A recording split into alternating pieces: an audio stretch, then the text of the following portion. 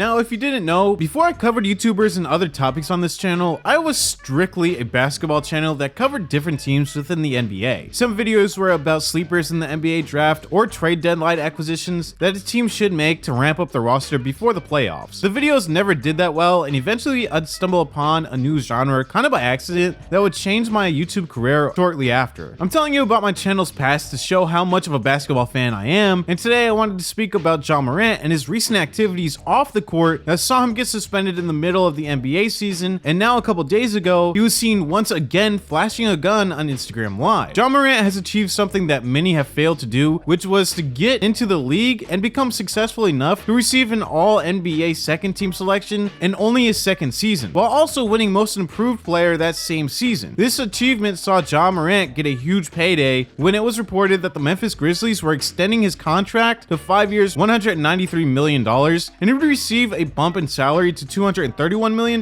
if he were to make an All-NBA selection the following season. Ja Morant is one of the top paid basketball players in the league as of today, but he's letting off-court drama ruin the course of his NBA career and career earnings. He may be a great basketball player, but he's letting distractions in his personal life and the people he hangs around with take over the narrative of him becoming an all-time great basketball player for absolutely no reason except to fit in with the crowd that he hangs around with. Now, Ja Morant was born in Dalzell, South Carolina, a suburb of Sumter County, which has a population of around 3,000 people. Growing up with an ex-semi-pro player in his father, T. Morant, who was also teammates with Ray Allen during high school, Ja's father would quit his pursuit to play professional basketball overseas to teach Ja all the ins and outs to becoming a pro basketball player and to eventually make the NBA. With Ja being from such a small town, it was very hard for him to get attention from scouts that went to his games. Ja attended Crestwood High School, but was an unranked recruit during his final year of Crestwood. He'd commit to Murray State, where NBA scouts started to take notice of his unbelievable athleticism and ability to playmake for his teammate. But Ja was once again overshadowed by the one and only Zion Williamson, who was the #1 overall draft pick that fell to the Pelicans in the 2019 NBA draft. And throughout the whole entire year, he was definitely the spotlight of SportsCenter. Ja went #2 overall to the Memphis Grizzlies, who a season prior had a record of 33-49. After Ja was drafted, he made an immediate impact for his team. Of course, the 2019-2020 season was cut short with the pandemic, but during that season, the Grizzlies finished with a record of 34-39, and were on track to winning more games than the season before. With Zion Williamson being sidelined pretty much the whole season, Ja Morant won Rookie of the Year, averaging 18 points per game. His second season in the league saw him win Most Improved Player and took over as the leader for the Memphis Grizzlies. The Grizzlies saw something special in Ja Morant and signed him to a contract extension worth over $193 million for 5 years. But right after signing this new contract extension, this is when the off-court issues would start to become more prevalent with Ja Morant and his name.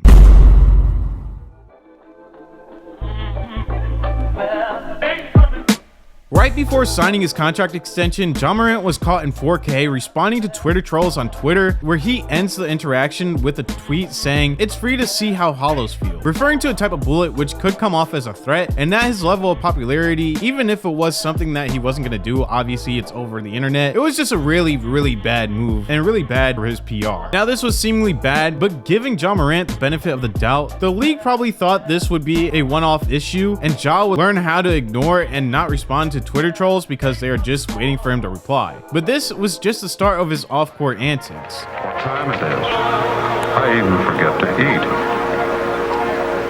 You don't forget to smoke, though. During the offseason, Ja Morant's mom would get into a heated exchange with an employee at a shoe store in the mall. She'd state that the employee was being discriminatory towards her because he focused on 2 white women before assisting her with what she needed. Giveon Bisbee was the employee's name, and he pointed out that he wasn't meaning to ignore her or to make her feel upset, but after Ja Morant's mom found out that Finish Line didn't have the shoes she wanted in stock, she wouldn't take no for an answer and continued to escalate the issue. Eventually, the managers would tell the employee to go into the back of the store to try and calm the situation down, but Ja Morant's mom would call for backup in the form of her son Ja Morant and his group of associates consisting of around 9 people, who'd show up to the Finish Line and wouldn't leave until they were forced out of the mall by security. Bisbee stated that he feared for his life when Ja and his group wouldn't leave the store, and when Ja stated that he would wait for him to clock out. The mall security would come to escort the group out of the mall, but was met with a verbal and physical altercation, with one of Ja Morant's associates shoving the back of the mall cop's head. head. This was all alleged and there was no charges filed, and people really didn't know about it, pretty much being smoothed over so nobody really knew.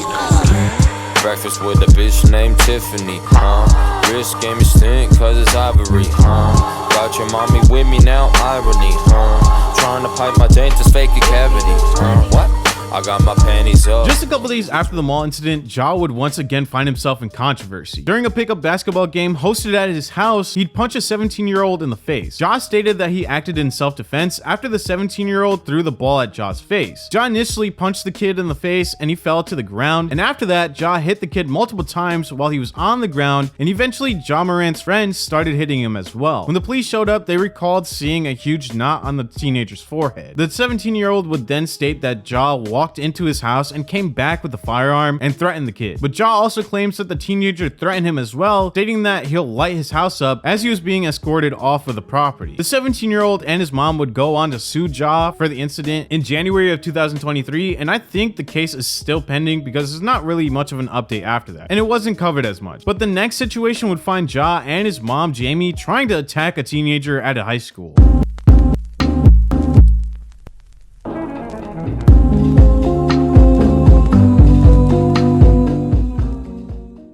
In September, Ja Morant, his mom Jamie, and his crew went to his sister's school to confront a student who called his sister a bitch, but it was advised that Jamie would not be able to speak to that student. One student tried to take a picture of Ja Morant, but Ja's associate allegedly smacked the student's phone and said, "I don't care about none of that, I will beat y'all's asses," with one witness even stating that they thought they saw the associate reach for a gun. But again, no charges were filed and it was swept under the rug until the NBA started their investigation into Ja Morant.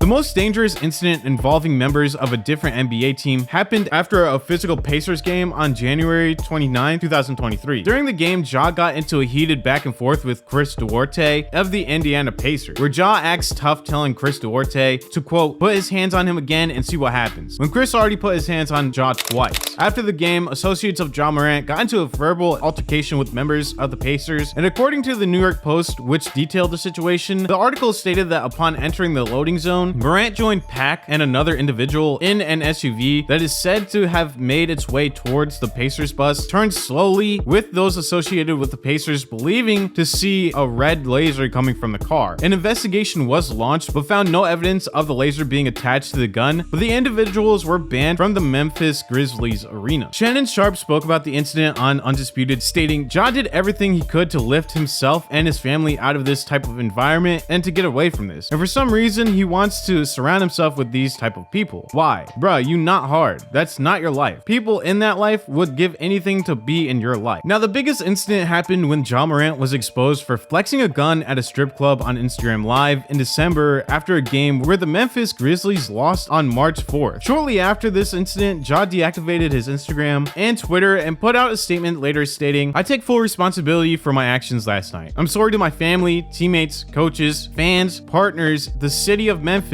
and the entire Grizzlies organization for letting you down. I'm going to take some time away to get help and work on learning better methods of dealing with stress and my overall well-being." Ja would be suspended for 8 games and received help when he'd go to counseling in Florida. During a sit-down interview with Jalen Rose, Morant stated that he has to be more responsible and make better decisions because he has a lot of kids that look up to him. Do you take pride in being a role model? I do. And, I realize, I have a lot of kids, who look up to me.